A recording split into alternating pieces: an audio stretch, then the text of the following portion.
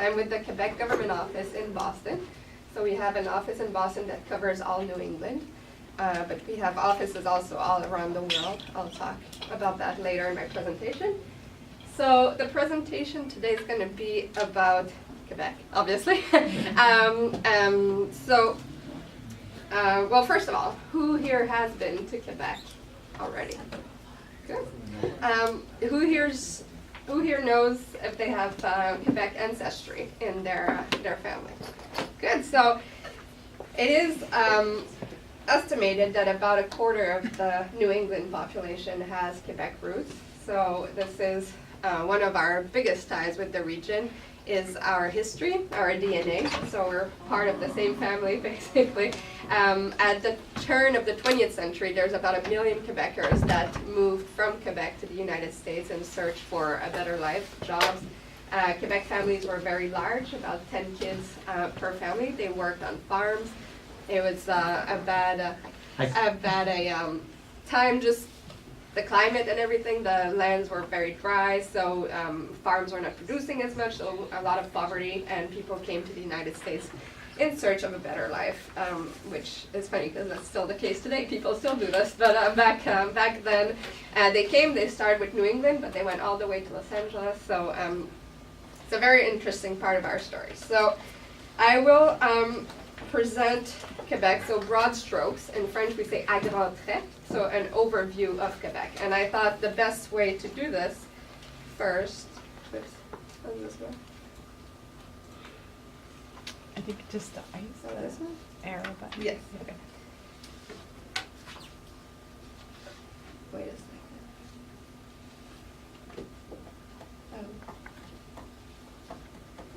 My comments are not there, sorry.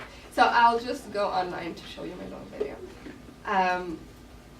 Here, the best way to do this is by showing you an overview of Quebec. So it's a really nice video that was made by our tourism board. So they invited bloggers from Brooklyn, and they took them all over Quebec. Here we go. And it'll show you.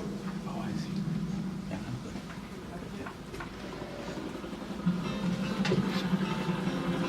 good. You'll see the whole When province. we embarked on our journey to Quebec, we had no idea where we were going to wake up, What we're going to experience, how we're going to feel. which was awesome. Oh my God. Home is smoother place to go. It's where you find peace of mind.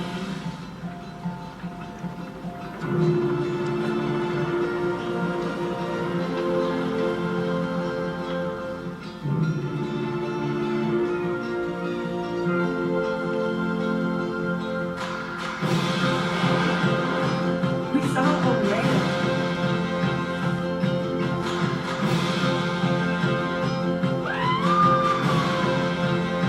The fast I am. Allow me to show you the path. And by yourself you do the math. Yeah. We are so lucky to walk on this earth. We better realize how much it's worth.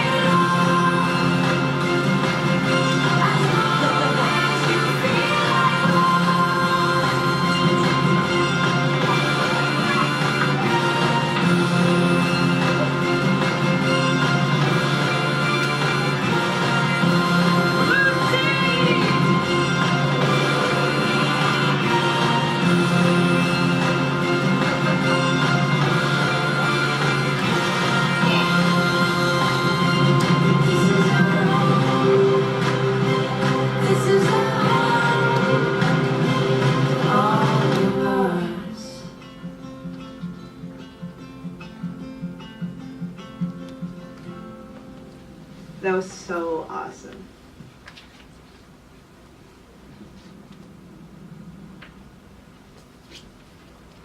So, it's pretty, isn't it? Okay, let me just go back.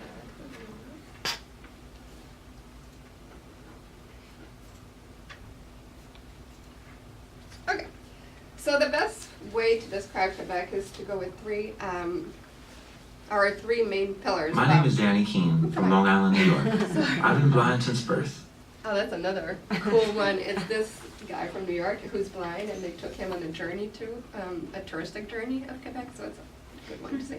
And right now there's a girl from, I think she's from California, a blogger, and I follow her on Instagram, and she just left for one of these trips that they'll do a video for, so for 10 days she can't have her phone or anything, so it's sort of a big secret. I get very excited with those videos.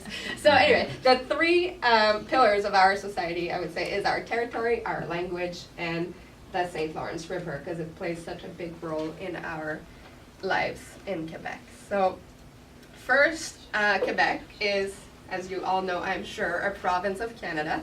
It is the largest province in terms of territory.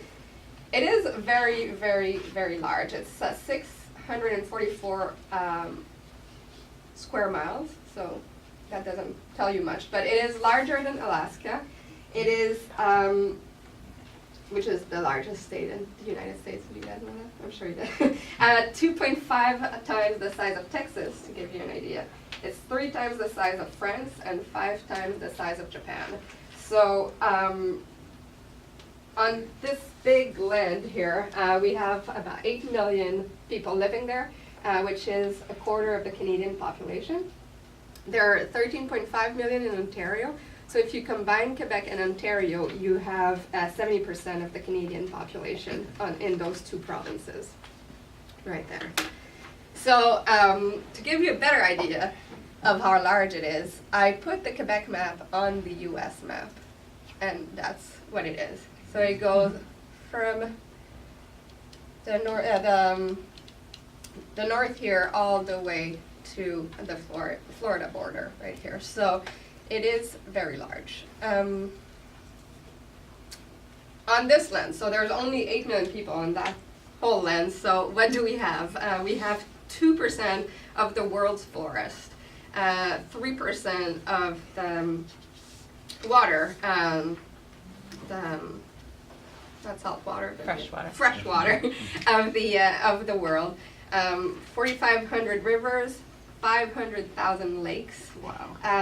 So we have 4 seasons. You have 4 seasons here, but they're each very different. So in the summer, the weather in Montreal can go up to 100 degrees regularly, and then in the winter, it's minus 40 regularly. So it's extremes in terms of weather. So Quebec is very lucky in terms of natural resources because of all that water and all that forest, all those trees. So how do we call people that live in Quebec? You guys know the answer to this? So it's an interesting story in itself because we changed names a lot. So the first name we got was French because we were colonized by the French. In 1534, Jacques Cartier came from France and planted his cross in the eastern peninsula of Quebec called Gaspésie. And so from then on, we were French. Then in 1763, the French gave us to the British with the Traité de Paris. So obviously we couldn't be French anymore. But we couldn't be English because we didn't speak English, so what to do with us? So they called us the French Canadians. So part of Canada, but speaking French. So it's always been a bit of a, how do you define yourself? Until 1970, which is a very important period in Quebec's history. It's called La Révolution Tranquille, the Quiet Revolution.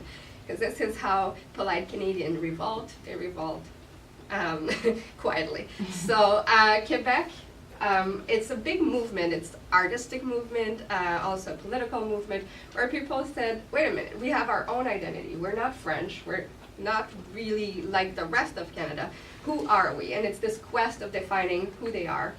And this is when the term Quebecer, Québécois, came about. And so this is how we are called now. So the premier at the time was Jean Lesage, and it's a national affirmation of the population, the Quebec people. So this is sort of the turning point for modern Quebec. So there was this separation between church and politics. That's all at that time, because before the Catholic Church was omnipresent in Quebec's politics and lives. It became the lever for our economic development, cultural and social development. So here, I'll skip this because it's a movie that is from Quebec in the 1970s, and you won't understand it at all, but it's this guy on a plane being asked how do they call themselves in Quebec, and he doesn't know how to answer. So it's for a minute of him saying, we're French Canadian, you're Canadian from France, we're Anglo. It's very funny, but I'll skip it just because it's hard. So who is the population of Quebec? So first, when the French got there in 1534, there were already First Nations that were in Quebec. Then it was the French, the English, as I said, then the Irish came, and then Scottish people came a lot. Then at the turn of the 20th century with the World Wars, we have a big influx of Europeans. So Europeans, Eastern Europeans, Italians, German. And then at the turn of the 21st century, we've got a lot of French, Chinese immigrants, Iranians, and Syrians. So there's a lot of waves of immigration. Every year, Quebec welcomes 55,000 new Quebecers. And an interesting thing about Canada is that there's two types of immigration. So there's the refugees, the asylum seekers. That's part of the federal government. But the provinces, which act like states a little bit here, no different, but the idea is there. And the provinces control their immigration. So everything that's outside of asylum seekers or refugees. So the province establish their priorities, and they can pick sort of their immigrants. So Quebec picks 75% of its immigrants. They do interview every person, but it's not like I select you. It's more like French-speaking countries, different industries, the ones where we need the most workers. So today, in 2015, we welcomed 49,000 immigrants, 9% of which were French, 7 Chinese, the Iranians were 7%, and Syrians were 6%. So which language do all of these people speak? French. So Quebec, so what's the official language of Canada? Do you guys know? English. Good, yes. And? French. What is the official language in Quebec? French. French. It's French only. Do you know if there are any provinces that have French and English as an official language? There's currently just one. It's New Brunswick. So an official language, what does it mean? It means the government has to interact with its population in that language. So when you have both languages, that means every law needs to be in French and in English. Every court decision needs to be in both languages. So in Quebec, it's only French. You can still get a trial in English if you're an English speaker, but by law, the laws will only be in French. So 8 million people live there. 78% of those 8 million people have French as their mother tongue. So 8% have English as their mother tongue, and 12 have neither French or English. So at home they speak a different language. So it's hard to believe that 80% of people in Quebec are francophones from Montreal, because in Montreal you hear all these languages, but when you get out of Montreal, you'll notice that French is predominant. So in that movement of the Quiet Revolution, French was also identified as part of our identity. So they protected it. They protected the French language by declaring it the official language in Quebec in 1974. And in 1977, they did a charter to protect the French language. This is where the Law 101 was proclaimed. So this law protects French in the signage for stores, for instance. You have to have in French, predominantly in French, the name of your store, and all little things that protect the French language. Okay, now where do these 8 million people live? I will show you on my map again. So, they all live on the lower third of the province. So 80% of our population is right here, which means on the St. Lawrence River and on the American border, which is right next to you. That is why you have so many Quebecers climbing Mount Washington every weekend. So all just here, Quebec and below.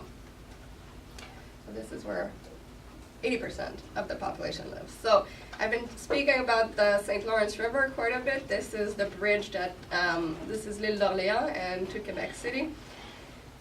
It is very, very big. This is our main commercial entryway. So this is the fastest, using the St. Lawrence River from Europe to the Midwest is the fastest way. So we get a ton of commercial ships going through, going all the way to the Midwest here. We have cruises. This is our main economic artery. Quickly, our economy, what it's based on, aerospace, which is another similar with New Hampshire. We actually have a corporation agreement between NADEC, which is the New Hampshire aerospace sector, and the Aéro Montréal, which is where most of the aerospace is in Montreal. It's the second largest aerospace cluster in the world, the first one being in Toulouse, France. And Montreal is one of the few places in the world where you can build an airplane from scratch. So every piece is made, manufactured, and assembled in Montreal. Another pillar of our economy is knowledge and innovation, so savoir et innovation. We have 17 universities, they all have labs, they all do research, and that is another collaboration that we have with New England is partnerships between universities and labs. Research and development, this is McGill University at the back. And now, yes, Does that university have dorms? McGill, generally? Yeah, generally. Yeah. I'm just wondering because I was in Quebec for like the last week of summer. I'm just wondering. Yeah, they have dorms. So they, depending on the university, the campuses are very different, but they all have dorms. They might not be like right next to your building, but they sometimes have dorms in a neighborhood, or you'll have a shuttle that brings you, but some of them have it on site too. Like apartments. Yeah, they have apartments too, but they do have dorms, just rooms that you can share. So as I said earlier, we're very lucky in terms of natural resources, which has allowed us to develop our sustainable sectors. Hydroelectricity, I'm sure coming from New Hampshire, you've heard of Quebec's hydroelectricity. We have 99% of all the energy produced in Quebec is renewable, is clean. Of this 99%, 98% is hydroelectricity. So this is a dam. Daniel Johnson was the premier of Quebec. This is northern Quebec, obviously where all the water is, and this is a dam. So this here is electric vehicles. So Quebec is also promoting and does a lot of policy in terms of electric vehicles and sustainable transportation. Last month there was the New England Governors and Eastern Canada Premiers reunion in PEI, and they all agreed to work together, the provinces and the New England region, in corridors of electric vehicles. So Quebec, for instance, has an agreement with Vermont and Maine to build those corridors. So right now you can drive your car from Montreal to Burlington without the anxiety of not having enough power in your car to get there, because there's about 50 charging stations, I believe. And now they're starting to plan the building of one from Montreal to Portland, Maine. So this is in the works and will, I'm sure, be coming to New Hampshire. Why is it so important in terms of tourism, if we talk about that? Tourists from Quebec that come to the New England region and vice versa do it by car. So by promoting these charging stations and those corridors, you increase tourism, and tourism, as we'll see, is big business for both your state and our state, well, province. Quickly on our international actions. So in 1967, so 50 years ago, the International Ministry of International Relations Ministry, the one I work for, was established. It's based on the Gérer la joie doctrine, which is an interpretation of the Canadian Constitution that says that any responsibility that the province has at home, it has internationally. So the Canadian Constitution divided the roles and responsibilities between the federal level and the provincial level at a time where there was no international relations. So how do you modernize this in 1967? So there's this interpretation that was adopted by Quebec, and since then, so our responsibility is commerce. So we do, in our offices around the world, we promote exchanges of Quebec goods to the region we're in, political relations, so governmental exchange, the promotion of our culture, our education. So all these things are things that we do. So we currently have offices all over the world, as you can see, 9 of which are in the US. So we just opened one last week, which is not on my map quite yet, in Philadelphia. So this really shows you the importance that we give to the United States and to our relationship with the United States, that we have 9 offices in the US out of 26. 26 or 28. We keep opening them. We're just growing and growing. So our main goal is to promote and defend Quebec's interest in the world.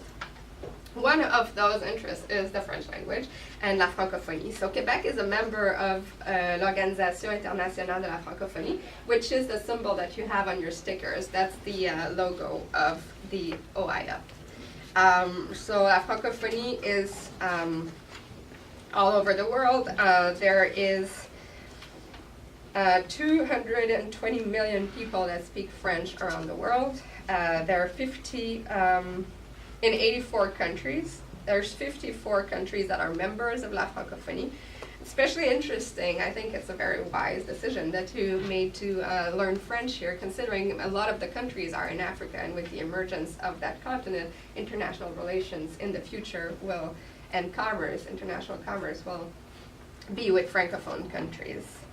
As I said earlier, there's Francophones in the region, the New England region, but they're also all over the continent of America. So I can show you a video quickly again of La Francophonie des Amériques, so where it's spoken and by whom.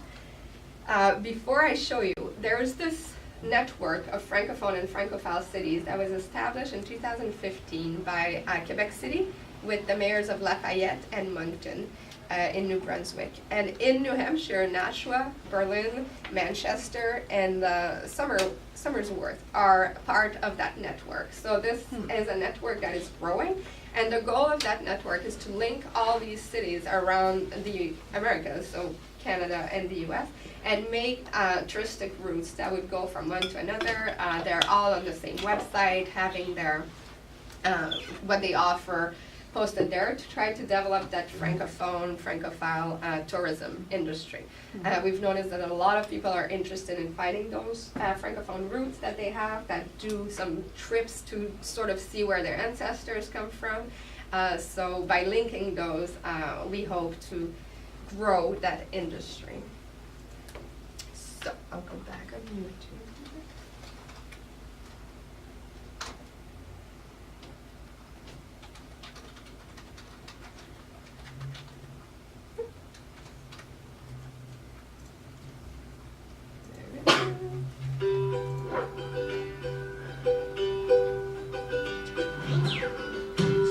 En Amérique, on peut entendre les langues autochtones, l'anglais, l'espagnol, le portugais, le créole et évidemment le français.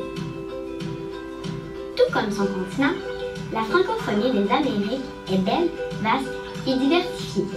Saviez-vous que partout au Canada, on peut étudier en français de la garderie à l'université? On retrouve d'ailleurs plus de 20 universités francophones d'un océan à l'autre. La culture francophone y est aussi célébrée dans les nombreuses fêtes et festivals, même jusqu'à Saint-Pierre et Miquelon. Au 19e siècle, les Canadiens français ont traversé la frontière du Sud en si grand nombre qu'on y retrouve aujourd'hui des millions de leurs descendants.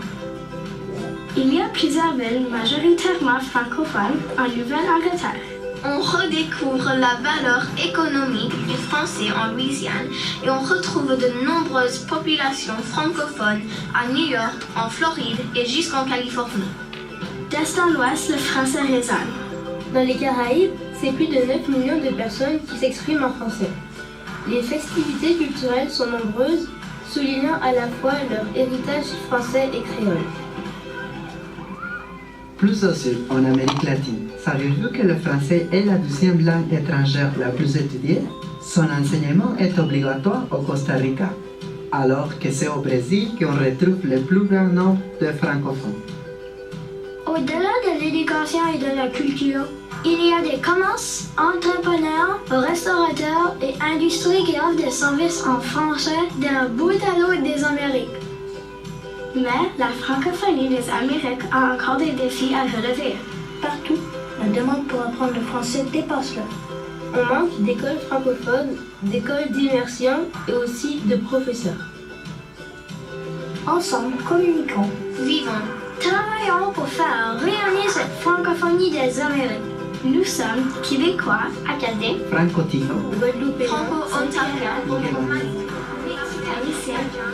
Nous sommes la francophonie.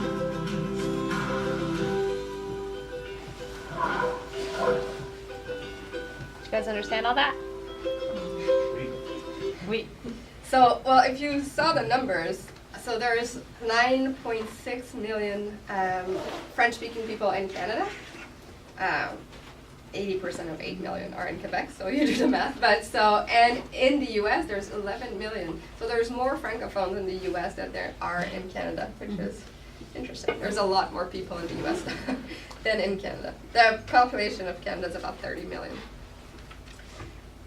So who comes from Quebec to visit New Hampshire? So from 2010 to 2014, an average of 406,500, is that right?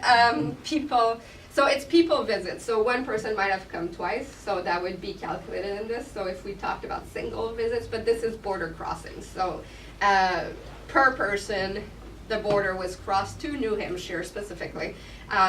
That amount of time. And that means that they slept in New Hampshire for more than one night. So it wasn't just to go through Old Orchard, for instance. So, and how much was spent on average every year in New Hampshire by those Quebecers? It's 84 million Canadian dollars. So that's a lot of money and a lot of people to keep in mind. So when we talk about tourism, we have to see it as an economic development tool, and especially when we talk about francophone, francophile tourism, because these people, at least 80% of them, were speaking French as their mother tongue. Where does the, figured it out. Where does the Quebecer travel? Can you see that? So 56% of Quebecers travel within Quebec. So they stay home, because as I said, it's huge. So if you're from Montreal and you want to go to Gaspésie, you have to drive 12 hours. So it's quite different. So 56% stay home. But second is 16% go to the United States. And the number one destination in the United States is New England. After New England, it's Mid-Atlantic, then the Southeast. But they stay on the East Coast primarily. So when do they travel? Of course, most of them travel between July and September in the United States. So this is from 2015. The 2016 data, they didn't have a table for it, but nation in the winter. So it used to be the South. So, snowbirds, they all go to get a few rays of sunshine. But so now is the United States as the first destination for the first time in 2016. So primarily they travel in the summer, but after that you see they travel all year round at about the same proportion. And when you look at other places, it's very similar to where they go in terms of peak season. What does the Quebecer do when they travel? Well, we love shopping. So Quebecers love shopping. Why? Because even if the Canadian dollar is not as strong as the US dollars, Quebecers pay a lot of taxes. So 15% on average, 13 point something at one point, on every dollar they spend. So places like New Hampshire are very, very attractive considering there are no taxes and that generally the price of items is still lower. Here. Yes. Oh, you're done? Yeah. Okay.